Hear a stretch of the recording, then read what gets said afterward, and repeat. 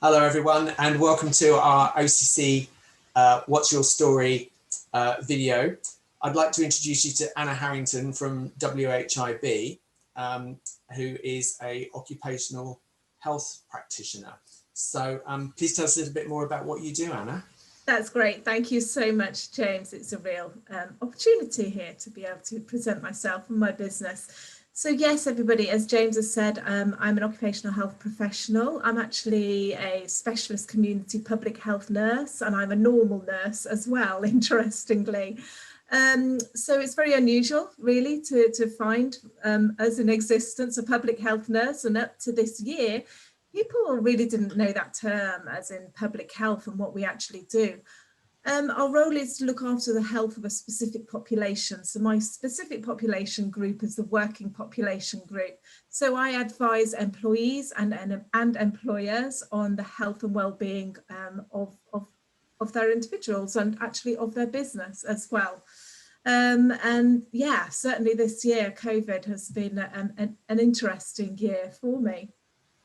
So I started my business in November of last year, straight into Christmas and New Year, and then straight into COVID as well. So I was doing a lot of webinars and education at that time, really, to try and increase people's knowledge of the virus. As you know, as quickly as I was absorbing the new knowledge, I was then sharing it out as well, and I continue to do that. But typically, I offer the advice in times of employee problems. So whether it's behavioural problems, attendance, performance issues, refer the individual to me and I'll have an assessment with the individual to understand what the health problem is, be able to give them advice on how they can improve their health problem. And then I give the employer advice on how to improve the situation in the workplace. Also, it's about enabling the employer to make robust and defendable decisions.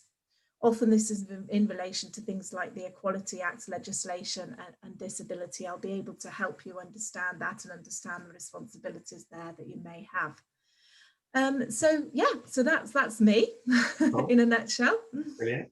So who do you see as your kind of core clients or customers? Is that larger businesses, or is that small SMEs, micro businesses, or a mixture?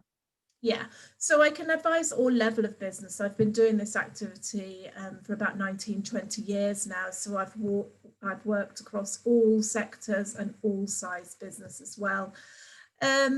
However, the way that I've set up my business is more towards the small, medium-sized market. The reason for that is because I do this work in a very much supportive and collaborative approach. So I spend time with the employer understanding their business and really understanding their issues and their problems, and also offering them guidance at that very early stage as to whether it is appropriate to refer the individual to me or not. And then once they've referred the individual in and they've received my report back, they can have a similar type of conversation. Yeah. So typically when you're delivering these services to larger businesses, it's a very different model on which that is based, and it tends not to have so much of that pre and post referral support there. Okay, cool. And I know you're based in Northamptonshire. So are your customers based in kind of Northamptonshire, Warwickshire, Oxfordshire, or do you have a more national approach? Yeah, okay. So of course my passion is my local area, you know, Northamptonshire, Oxfordshire and Warwickshire. However, I do have a national reach. You know, I do my assessments through Zoom and through telephone-based assessments as well, which is great because exactly that, you know, have national reach, and actually many employers have employees all around the UK. So yeah, my heart and soul, of course, is where I am living. But yeah, I can do that national reach as well. Yeah, of course. So obviously, when you set up your business at the end of last year, you weren't. We haven't really got the COVID pandemic in our crosswires and things. So how has it had a positive or a negative impact on your business Yeah, it's a really interesting one because, you know, like I said, I started in November of last year, and, you know, things are steadily increasing, and then boom, lockdown happened, and it all vanished like for everybody. But, you know, I'm extraordinarily fortunate in what my profession is, you know, a health professional. So my services almost have been recognized as being valuable, even more so. It's not just in the service that I've described to you now in terms of my referral service, but it's also my service in terms of well-being. And when I talk about well-being, what I'm talking about actually is the behaviours and interactions, the management of stress and anxiety within the workplace, and how the organisation structure and processes can actually assist or not somebody to be able to cope with those sorts of problems. The pandemic has brought with it huge levels of anxiety. You know, I'm seeing levels that I didn't see before, really. You know, people are struggling to leave their house because of their worries and concerns. And the businesses have had to kind of get a grip of that. And it is a difficult thing to get a grip of. It is very individual based, but on the other hand, there are principles that you put in place and that will help your employee group. So are you able to support businesses to become more agile? Yeah. And make their workforce and their employees more productive through having better understanding of the pressures that being a home worker or a lone worker creates? Yeah, absolutely. So the way I talk about doing that is through having small, tight, cohesive teams that really get to know each other well, that trust one another, that have a great relationship with whoever the leader is within that team, and also that they have a very clear purpose that they themselves can buy into personally.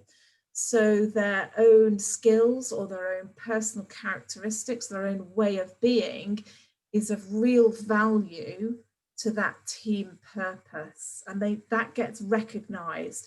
So the giving of lots of positive feedback, and that it actually it's better if it doesn't just come from the leader and the one person, that actually the team together congratulate each other, and it's small congratulations on a daily basis and small pieces of appreciation to be given frequently. Of course, we all need areas of our work where actually criticism is necessary. But the way that criticism is delivered is so important. So the individual is left still feeling uplifted by it. Yeah. That they're left feeling, believing that they can actually make the changes, that the changes that you're asking them to make are very clear and concise and precise. And also that they're excited that actually this could mean that they're developing, you know, maybe in a career way or even just personal development as well. So in that way, yeah, you create an environment that is more energized, more supportive, more resilient. And if you have a more resilient social environment, you've then got more of an agile workforce, able to adapt, able to cope with change better and problem solve. Yeah, that's really, really interesting. So thank you. I'd like to ask you about how you see 2021 for you, and how you think your business will grow, benefit, and develop in the coming year. Yeah, well, 2021 is going to be a really exciting year for me. I've just been taking on some associates.